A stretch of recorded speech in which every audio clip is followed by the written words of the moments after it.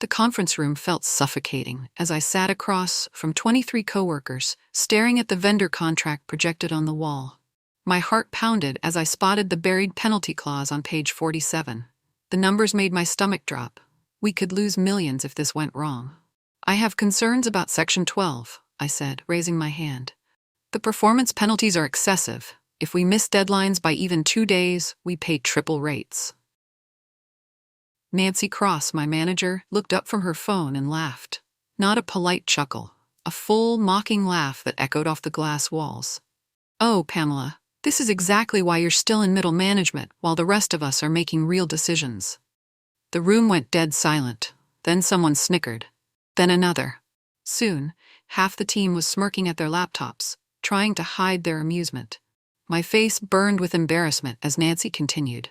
Look, we need bold moves, not constant hand-wringing about every little detail. You're either in, or you're in the way. She turned back to the group. Anyone else have actual strategic input? I sank into my chair, humiliated. My warnings fell on deaf ears as they approved the contract with a unanimous vote. Everyone except me. 3 days later, my phone buzzed at 6:47 a.m. Nancy's name flashed on the screen. I let it ring. It buzzed again immediately. Then again. By the 4th call, I knew something was terribly wrong. I finally answered on the 5th ring. Hello? Pamela, thank God, we have a massive problem. The vendor triggered the penalty clause. They're claiming we failed to meet the initial setup requirements, and now they want $3 million in penalties. My blood ran cold. This was exactly what I'd warned about. The setup requirements were buried in subsection 12C, written in legal language that made them nearly impossible to meet. I need you to review the contract immediately, Nancy continued, her voice shaking. Find us a way out of this. The executive team is meeting in 2 hours. I stared at my bedroom ceiling, processing what she'd just said. After publicly humiliating me for raising concerns, she was now begging for my help. The irony wasn't lost on me. I'll look into it, I said quietly. Great, and Pamela? Let's keep this between us for now. No need to involve the whole team yet. She hung up before I could respond. I sat there, shaken but oddly vindicated. I'd been right all along. The next morning, Nancy called me into her office. She'd arranged the chairs so I sat directly across from her desk like a student facing the principal. The power dynamic was intentional. I've been thinking about this vendor situation, she began, shuffling papers nervously. I need to understand how this happened. Walk me through your review process. Something in her tone made me wary. This wasn't a collaboration, it was an interrogation. I flagged the penalty clause in the meeting, I reminded her. Page 47, Section 12. Right, but who else was involved in the initial contract review? You and, she paused, pretending to check her notes. Nate Richardson from Junior Analysis, correct? My stomach dropped. She was setting up a scapegoat narrative, and it wasn't just me. Poor Nate, fresh out of college, had only been asked to verify some basic calculations. He had nothing to do with the contract structure. Nate only reviewed the financial projections, I said carefully. The penalty clause was a legal issue, not a math problem. Nancy nodded, but her eyes were cold. Still, we need to examine all aspects of the review process. I'm setting up a meeting with him this afternoon. I left her office with a sick feeling in my stomach. She was building a case, and I was walking into a trap. That evening, I stayed late at the office. While everyone else went home, I opened my laptop and began collecting evidence.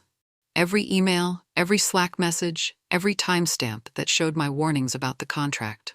I'd learned long ago that in corporate politics, receipts were everything. I started with the obvious stuff. The email I'd sent Nancy 2 days before the meeting, highlighting the penalty clause.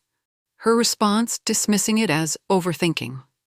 The follow-up message where I'd specifically mentioned the $3 million exposure. Then I dug deeper. Meeting notes where I'd raised concerns. Slack conversations where I'd asked questions about the contract terms. Even the original risk assessment I'd submitted 3 weeks ago, flagging this exact scenario. I printed physical copies of everything and stored them in a locked drawer at home. I'd seen too many digital files mysteriously disappear when they became inconvenient.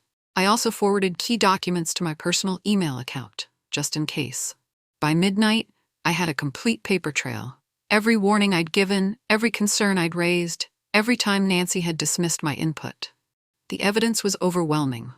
I locked the documents in my home safe and went to bed, knowing I was ready for whatever came next. The next morning, I logged into the shared drive to reference my original risk assessment memo. The file wasn't there. I searched by date, by keyword, by file type. Nothing. The 20-page document I'd spent hours writing had vanished. I checked the trash folder, the archive section, even the version history. All traces of the memo had been scrubbed from the system. Someone with administrative access had deleted it completely. But I'd expected this. The printed copy sat safely in my home office, along with the digital backup I'd saved to my personal cloud storage. I even had the email confirmation showing when I'd uploaded it to the shared drive. I opened my laptop and accessed the system logs. There it was, the deletion timestamp, 11:47 p.m. last night. Right around the time Nancy usually worked late, trying to look dedicated to the senior executives. I screenshot the deletion log and saved it to my personal files. Nancy had just made a critical mistake. Deleting evidence was one thing. Leaving a digital trail of the deletion was another level of stupidity. I sat back in my chair, almost impressed by her audacity. She'd hung herself with her own rope, and she didn't even know it yet. The following day, Nancy called an emergency leadership sync meeting. I wasn't invited, but I could see into the conference room from my desk. 20 minutes in, Nate Richardson walked out looking devastated. I found him in the break room, staring at his coffee like it might have answers. His hands were shaking slightly. "Hey," I said softly, "you okay?" He looked up with red-rimmed eyes. "She threw me under the bus, said I was responsible for missing the penalty clause because I didn't flag it in my financial review."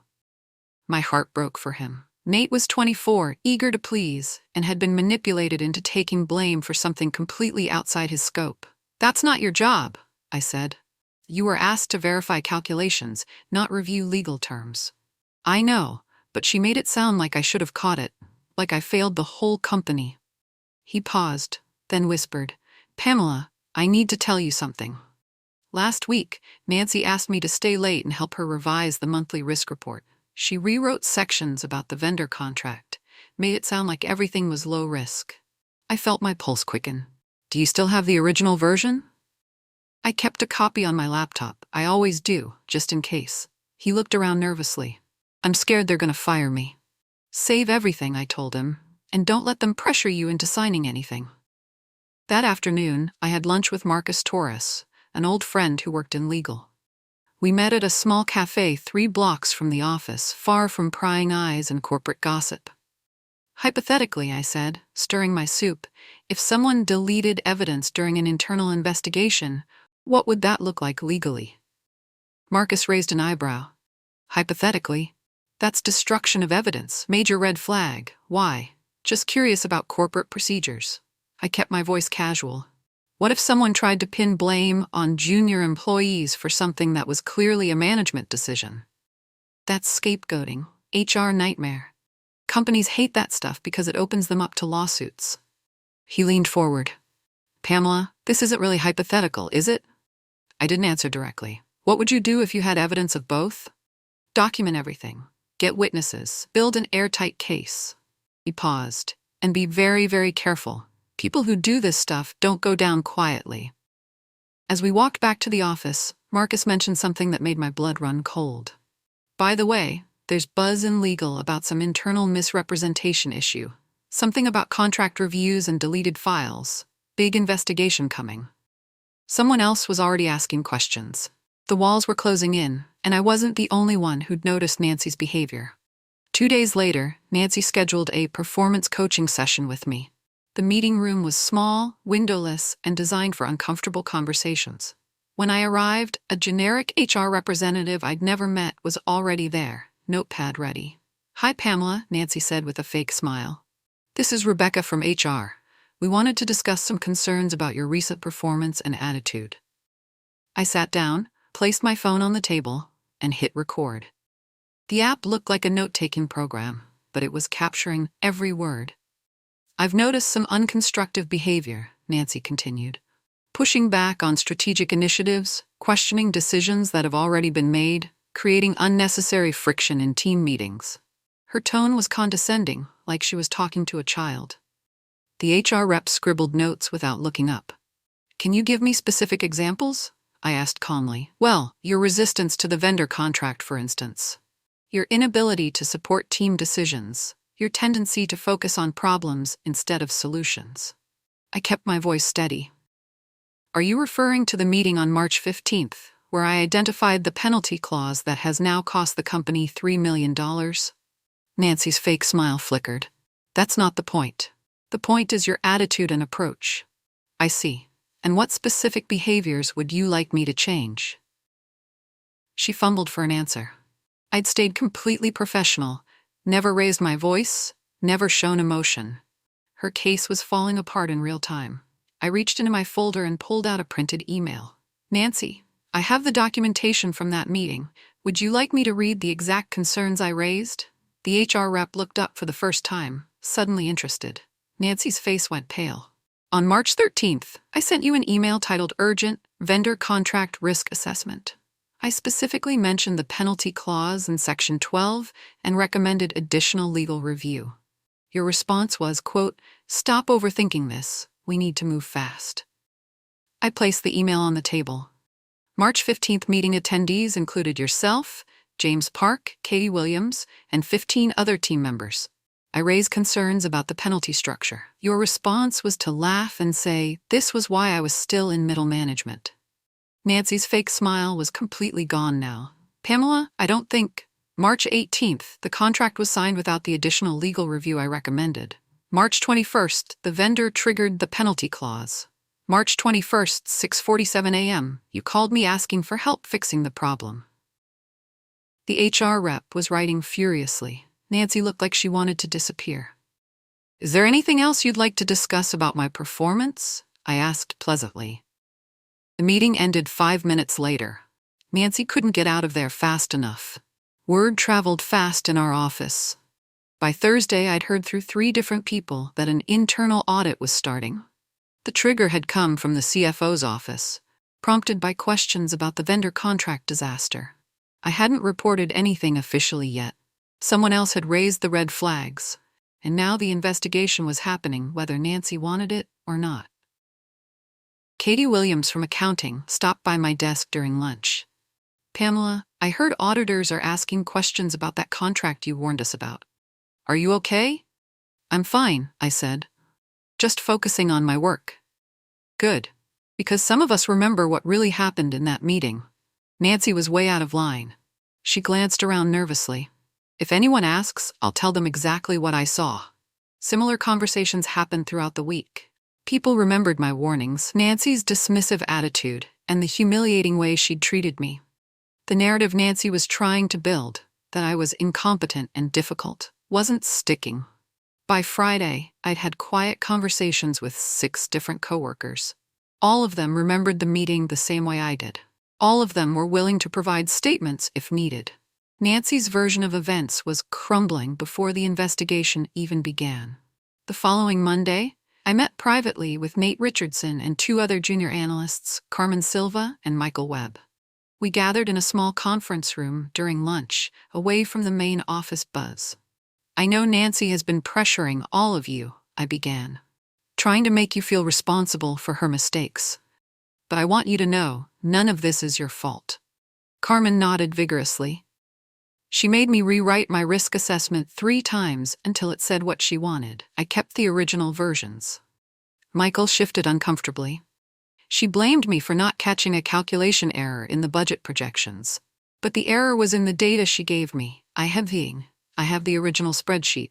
"Here's what I'm thinking," I said carefully. "We don't need to attack anyone. We just need to document the truth. What really happened, when it happened, and who was involved." Over the next hour, we compiled a timeline. Nancy's pattern of risky decisions, blame deflection, and document manipulation stretched back over a year. Every junior analyst had been scapegoated at least once. "We keep this offline," I instructed. "Personal devices, personal email accounts, nothing on company servers." The evidence was damning. Nancy hadn't just made one mistake, she'd created a culture of fear and manipulation that had been brewing for months. That evening, I worked late organizing our findings. The pattern was clear and disturbing. Nancy had been making high-risk decisions for months, then systematically covering her tracks by manipulating reports and blaming subordinates. The vendor contract was just the latest example. In January, she'd pushed through a software upgrade that crashed our systems for 3 days. Nate had been blamed for inadequate testing. In February, she'd ignored budget warnings from Carmen and overspent by $500,000. Carmen had been written up for poor communication. Each incident followed the same pattern. Nancy made a risky decision, ignored warnings from her team, and then blamed the closest junior employee when things went wrong. I created a detailed timeline with supporting documentation. Every deleted file, every rewritten report, every instance of blame shifting. The evidence painted a picture of systematic misconduct. I saved everything to encrypted files on my personal laptop. If this went to court, I wanted to be ready. By midnight, I had a 50-page document that told the complete story. Not just the vendor contract, but a year-long pattern of behavior that had cost the company millions and destroyed several careers. Nancy had been playing a dangerous game, and she was about to lose. The next morning, I forwarded a seemingly innocent email to the audit team. It was a routine project update that happened to include a buried contradiction in Nancy's story about the vendor contract timeline. The email mentioned that Nancy had expressed full confidence in the contract terms during a March 10th leadership meeting. But according to her recent statements, she'd been concerned about potential risks all along. It was a small detail, but enough to raise questions. The audit team would dig deeper, and when they did, they'd find the mountain of evidence I'd been collecting. I sent the email with a brief note, forwarding this for your files. Let me know if you need additional context about the timeline. Within an hour, I received a response asking for a meeting to discuss the March 10th leadership meeting. The hook was set. I spent the rest of the day preparing my files. Not the full evidence dump, that would come later. Just enough documentation to answer their questions and point them in the right direction. The audit team was about to discover what I'd known for months. Nancy Cross was a liability, and her reckless behavior was costing the company millions. Nancy was spiraling. She'd been calling alignment meetings every other day, trying to get team members to agree to her version of events. The meetings were tense, with Nancy pressuring people to sign off on timelines that didn't match reality. I need everyone to confirm that we followed proper review procedures, she said during one particularly uncomfortable session. The vendor contract was thoroughly vetted by the entire team. James Park, a senior team lead, shifted uncomfortably. Nancy, I wasn't involved in the contract review. I was on vacation that week. But you would have approved the process if you'd been here, right? I don't know. I didn't see the contract. Nancy's frustration was visible. She was trying to create a narrative where the entire team had signed off on the contract, but people weren't cooperating. After the meeting, James approached me privately. What's really going on here? She's acting desperate. She's trying to rewrite history, I said. Don't sign anything you're not comfortable with. I won't. This whole thing feels wrong. By the end of the week, Nancy had rewritten the project documentation 3 times.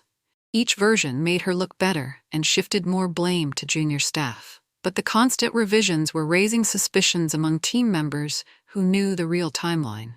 The unraveling began when James Park refused to sign Nancy's revised timeline.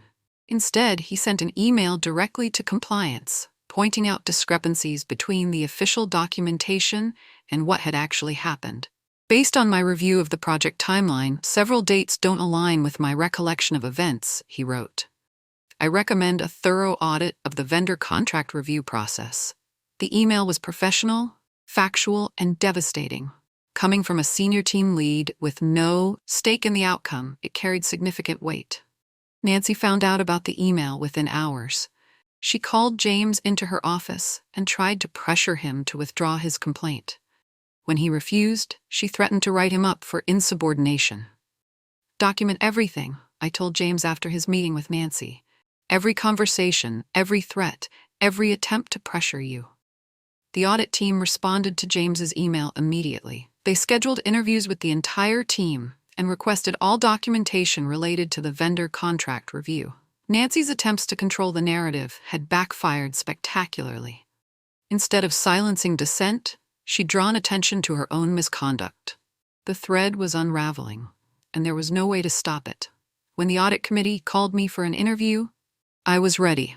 I arrived with an organized folder containing printed emails, meeting notes, and timestamps for every relevant event. "We're trying to understand the vendor contract review process," the lead auditor began. "Can you walk us through your involvement?" I kept my answers factual and professional. No personal attacks, no emotional language, just documentation and facts. "I submitted my initial risk assessment on February 28th, I said, providing the printed document. "I identified potential issues with the penalty clause and recommended additional legal review." "What was the response to your assessment?" My manager dismissed the concerns as overthinking. She said we needed to move fast and not get bogged down in details. I provided Nancy's email response, highlighted the relevant sections, and explained how my warnings had been systematically ignored. "Did you raise these concerns in team meetings?" "Yes, specifically in the March 15th strategy meeting. I was told this was why I was still in middle management." I provided the meeting notes, attendance list, and follow-up emails. Everything was documented, time-stamped, and verifiable. The audit committee took notes throughout the interview, asking clarifying questions and requesting additional documentation. They were thorough, professional, and clearly taking the matter seriously. After the interview, I remembered something that had been bothering me. Nancy had never returned her old laptop after the department reorganization 6 months ago. It was sitting in her office, supposedly for backup files, but I suspected there was more to it. Security was lax in our building. Most people left their offices unlocked during the day. Nancy was in meetings all afternoon, and her office was empty. I slipped inside and found the laptop in her desk drawer. It was password protected, but I remembered a comment she'd made during a team meeting about using her cat's name for passwords. Whiskers was her constant companion, and she'd mentioned him dozens of times. I typed Whiskers123 and held my breath. The laptop unlocked. My hands trembled as I navigated through the files. What I found was worse than I'd imagined. Draft reports with multiple versions, showing how Nancy had systematically edited documents to remove risk warnings. Email drafts she'd never sent, admitting concerns about various projects. The most damning file was labeled Vendor Contract Internal Notes. It contained Nancy's real thoughts about the contract, including specific concerns about the penalty clause and notes about managing team perception. I took screenshots of everything and saved them to my personal cloud storage. Then, I carefully logged out and returned the laptop to its drawer. The evidence on Nancy's laptop was explosive. She'd been keeping detailed notes about her decision-making process, and those notes directly contradicted everything she'd said publicly. One document showed her acknowledging that the vendor contract was high risk and that my warnings were probably valid. Another contained plans for deflecting blame to junior staff if things go wrong.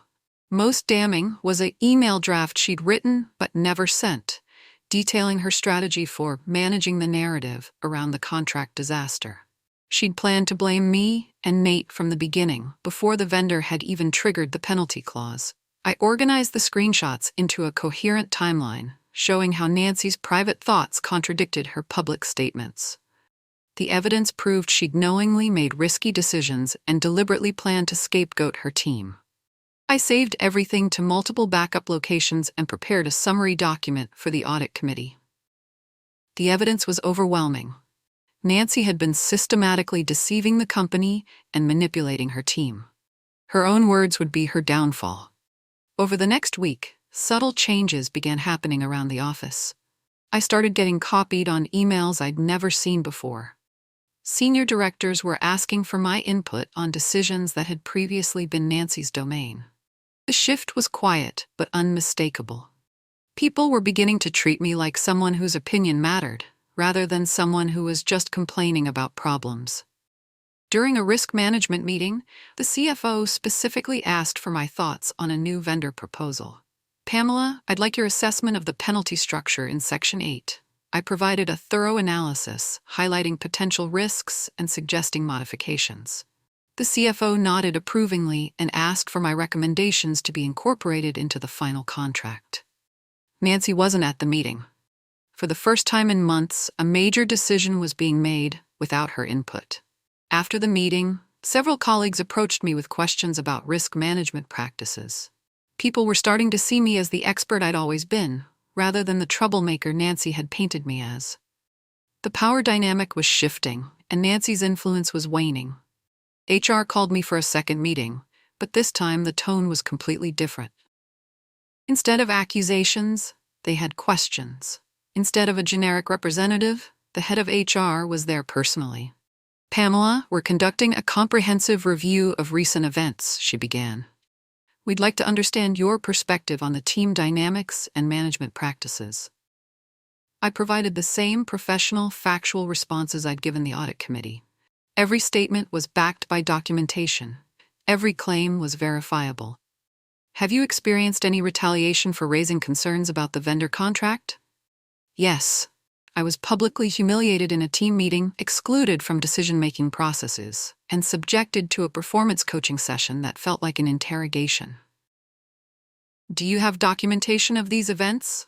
I provided meeting notes, email timestamps, and witness statements. Everything was organized, professional, and damning. The HR director took extensive notes and asked for copies of all documentation. "We take these concerns very seriously," she said. "We'll be conducting additional interviews and reviewing all relevant materials." As I left the meeting, I knew the investigation had expanded beyond just the vendor contract. Nancy's entire management style was under scrutiny. Nancy was getting desperate. She sent an email to the entire team with a detailed collaboration timeline that painted her as the misunderstood hero of the vendor contract situation. "I want to clarify some misconceptions about our recent project," she wrote. "Throughout the vendor contract review process, I encouraged team input and collaboration. While some team members raised concerns, we thoroughly evaluated all risks and made the best decision with the information available." The email was full of half-truths and subtle blame shifting. She acknowledged that concerns had been raised, but implied they were adequately addressed. She painted herself as a collaborative leader who had been unfairly criticized. The response was swift and brutal. James Park replied to the entire team with a screenshot of Nancy's dismissive email from March 13th, where she'd told me to stop overthinking the contract risks. "This doesn't match my recollection of events," James wrote. "I think we need to be more accurate about what actually happened." Other team members chimed in with their own contradictory evidence. The email thread became a public dismantling of Nancy's narrative, with multiple people providing documentation that contradicted her claims. Nancy's attempt to control the story had backfired spectacularly. Instead of rehabilitating her image, she'd invited public scrutiny of her leadership. The emergency meeting was called for 2 p.m. on a Friday. The attendees told the story. The CFO, the head of legal, the HR director, and the head of risk management. Nancy walked in looking confident, but her face fell when she saw who was leading the meeting. I arrived 5 minutes early with a sealed folder containing my complete documentation. The same evidence I'd been building for weeks, now organized into a comprehensive case. "We're here to discuss the vendor contract situation and related management practices," the CFO began. "We've received concerning information about decision-making processes and team dynamics." Nancy launched into her prepared defense, but it was quickly dismantled by the facts. Every claim she made was contradicted by documentation or witness testimony. "You said you encouraged team input," the legal head noted. "But we have multiple witnesses who say concerns were dismissed and the person raising them was publicly humiliated." "You claim the contract was thoroughly reviewed," the CFO added. "But we have evidence that specific risk assessments were ignored and the person who wrote them was excluded from follow-up discussions." Nancy's confident demeanor crumbled as the meeting progressed. She had no defense against the mountain of evidence, no way to explain away her own documented words and actions. The meeting ended with Nancy being escorted out by security. The announcement came on Monday morning. Nancy Cross was being reassigned to a strategic role, pending a comprehensive review of departmental processes. The corporate speak was transparent. She'd been removed from her management position. A company-wide email followed, announcing that I would be serving as interim lead for risk governance, reporting directly to the CFO. The promotion was immediate and came with significant authority to review and approve strategic initiatives. Effective immediately, all vendor contracts and strategic partnerships must be reviewed by the risk governance team before final approval, the email stated. This process will ensure comprehensive risk assessment and proper due diligence. My phone buzzed with congratulations from colleagues. People who had witnessed my humiliation in the strategy meeting now saw me elevated to a position of real authority. The irony wasn't lost on me. The woman who had laughed at my risk aversion was now out of power while I was being asked to implement company-wide risk management policies. Nancy's strategic sabbatical began immediately. She cleared out her office that afternoon, avoiding eye contact with everyone. 2 weeks later, I was sitting in the CFO's office, discussing the new risk management framework we'd implemented. The conversation was collaborative, respectful, and focused on protecting the company from future disasters. "I want to thank you personally," the CFO said. "Your integrity and professionalism during this entire situation have been exemplary. You could have been vindictive or emotional, but you stayed focused on the facts and the company's best interests." She offered me a permanent position as Director of Risk Management with a significant salary increase and equity package. The role would give me authority to review all major contracts and strategic initiatives before they were finalized. "The vendor contract situation could have been avoided if we'd listened to your concerns," she continued. "We're implementing new processes to ensure expert input is valued and respected, regardless of hierarchy." I accepted the position quietly, the same way I'd handled everything else. No gloating, no public celebration. Just professional satisfaction at being recognized for my expertise. The strategy I'd pitched, comprehensive risk assessment with mandatory review periods, was now official company policy. Nancy called me again last week. Her name flashed on my phone screen while I was reviewing contracts in my new corner office. I watched it ring, then buzz with a voicemail notification. "Hey Pamela, it's Nancy. I was hoping we could catch up, maybe grab coffee and talk about old times. I know things got a little heated before I left, but I think we both learned from the experience.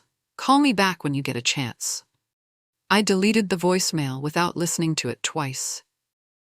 Then I opened my desk drawer and pulled out a cold bottle of sparkling water from the mini fridge I'd installed last month. I took a long sip and smiled. That risk aversion strategy she'd laughed at? The one that made her mock me in front of the entire team?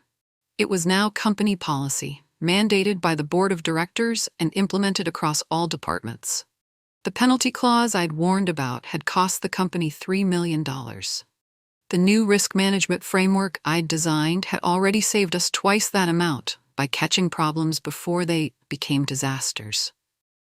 I leaned back in my chair and looked out at the city skyline.